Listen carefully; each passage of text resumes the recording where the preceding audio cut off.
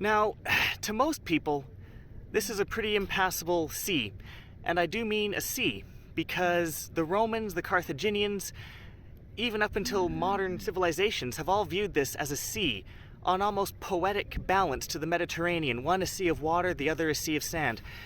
But just as the Phoenicians traversed the Mediterranean Sea of water, it's the Bedouin who can traverse this Sahara Sea of sand.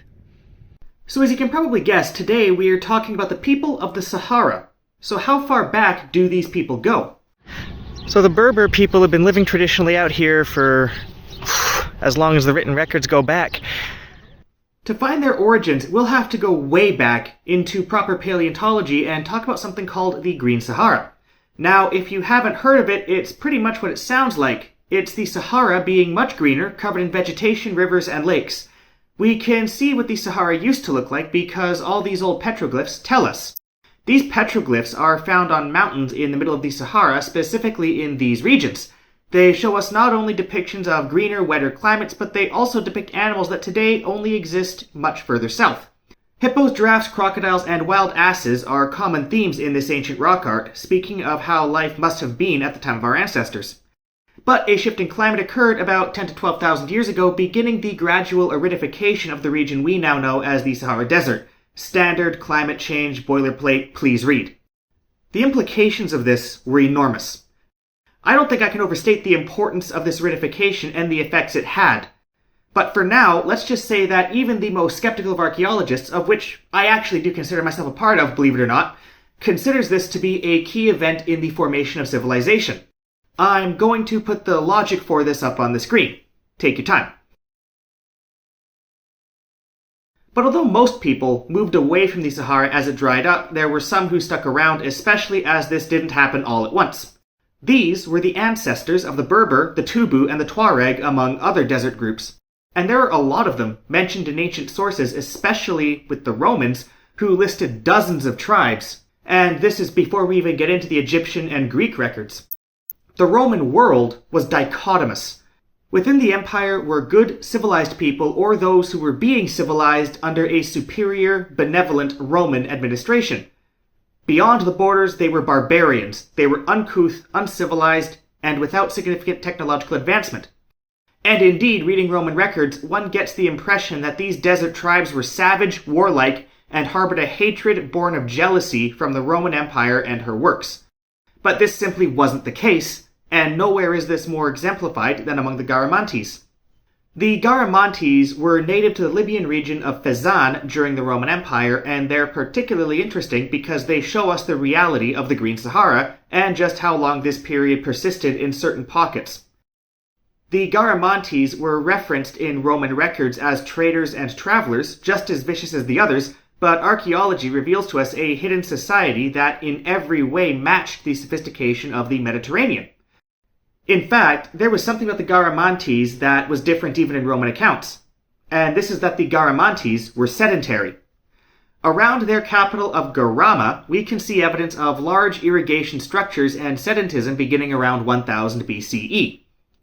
They worked by channeling water through underground tunnels and gathering it from vertical shafts, which is also incidentally a mark of New Kingdom Egyptian engineering that was almost certainly its inspiration. And this facilitated widespread cultivation and irrigated their land. Archaeobotany has revealed to us that the Garamantes were able to grow wheat, barley, date palms, and even grapevines, which suggests they did have a winemaking industry. There are tens of thousands of graves lining the surrounding hillside, with over 60,000 known from just our total small research area. This shows all the marks of a stratified and sedentary society, with the vast majority of graves being low-budget shafts or cairns, but there is a notable minority which are much richer. Some of them can get quite elaborate and take clear inspiration from Roman mausoleums and Egyptian mastabas. There are even pyramids out here. Of course, they're not as big as the Egyptian pyramids. Stand on a friend's shoulders and you'll probably be able to reach the top of most of them. And you'll probably lose your friend in the process if you do this without their permission. But the inspiration they drew from the Mediterranean is undeniable. By the end of the 1st century CE, we see that the Garamantes' transition towards sedentism is complete. And nowhere is this more visible than their ancient capital, Garama. It's here that again we see a lot of Roman and Mediterranean influence in their architecture, and it was adorned with massive temples, palaces, and public buildings on a scale unprecedented in the middle of the Sahara. And it wasn't just Garama. We found evidence of intense farming in the hinterlands and as many as 50 villages of notable size. Archaeologists have identified numerous fascinating hints of ancient life at the site, which lies underneath the modern center. There are hints of a Roman-style bathhouse and this temple, which could be a dedication to the Libyan god of Ammon. There is also a very large house which contains a colonnaded courtyard, and while this may have been a palace, papers written on the subject hesitate to use that term, and quite frankly they should. Although we can imagine a rich individual living here, there's no real evidence that it served any royal function. As to ordinary living, there are dozens of mud brick houses known. They roughly follow these simple designs, which actually offers a bit more variety than the usual site of a similar size. Even so, we can see the basic outlay offers us 3 to 4 rooms. However, this also suggests that the city may not necessarily have been planned, at least not to the extent of Roman and Indus Valley cities, but rather that it expanded organically. Unlike the temple and the large courtyard, these houses are made of mud brick, not special carved ashlar stones. But this isn't too unusual among the lower classes, especially in the ancient world. We also see evidence of metallurgy, glassmaking, and ceramics. But what's most interesting is their art. Petroglyphs and ceramic art styles left behind show us not only a much greener and wetter environment, but also depict an agricultural lifestyle, complete with plows and oxen. A lot of Garamantes materials would have had to have been imported from Rome, which is perhaps why this tribe is mentioned quite often in the Roman records, both as a trader and as a troublemaker. But this would not have been their only source. For one thing, further Garamante regions have yet to be explored, and given the situation in modern Libya, it's likely to remain that way for quite some time. Likewise, just as the Garamantes went north, there's nothing to suggest that they also wouldn't have gone south. In fact, for a very long time, the Garamantes were believed to be the direct ancestors of the Tuareg, who do indeed extend from Fezzan into Nigeria. Unfortunately, we don't really know when the Garamantes fell into decline. Once the Vandals conquered North Africa, they are not mentioned again. It's believed that this may have precipitated an economic collapse, but that it was also in conjunction with a depletion of groundwater sources. But this is pure speculation. What we do know is that although the people might no longer be sedentary, they certainly didn't vanish. The Garamantes were an interesting side note to Saharan culture, but they were an aberration. Most people who live here are nomadic. Now, Berber is a catch-all term for most of the Saharan groups, and they're the most common group you'll meet if you're ever out in the desert. So let's focus on a few things about the Berbers. They've been known by a few names over the years, but they are a part of a group that medieval Europeans called the Moors. Much like the Garamantes, the Berbers had a powerful history, but theirs was significantly more imperial. The Almohads and Almoravids were Berber dynasties which conquered vast swathes of North Africa and extended into southern Spain. Modern Morocco has significant Berber roots. Now, I'm going to use the Tunisian Berbers as an example, partly because the Almohads are a whole different topic, and partially because I've actually seen the Tunisian Berbers, and it's about time we got to the travels with aspect of my channel here. The Berber have a reputation of being hardy and warlike, and historically speaking, it's a reputation they earn. Of course, in fairness, which civilization doesn't have something like this? With the Berber, they just had their own unique way of doing things. Their lifestyle is adapted to the desert, like these homes here. These houses are not unique to Tunisia, and nor are they confined to this design, but they're most common where caves can be easily carved into soft rock such as sandstone, like here in Matmata, where these ones were pictured. The fact is, building homes this way protects them from the intense heat and strong winds, including sandstorms.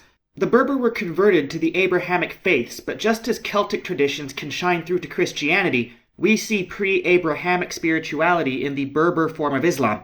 Talismans, for example, were common, and this fish represents how Jesus divided the fish and loaves.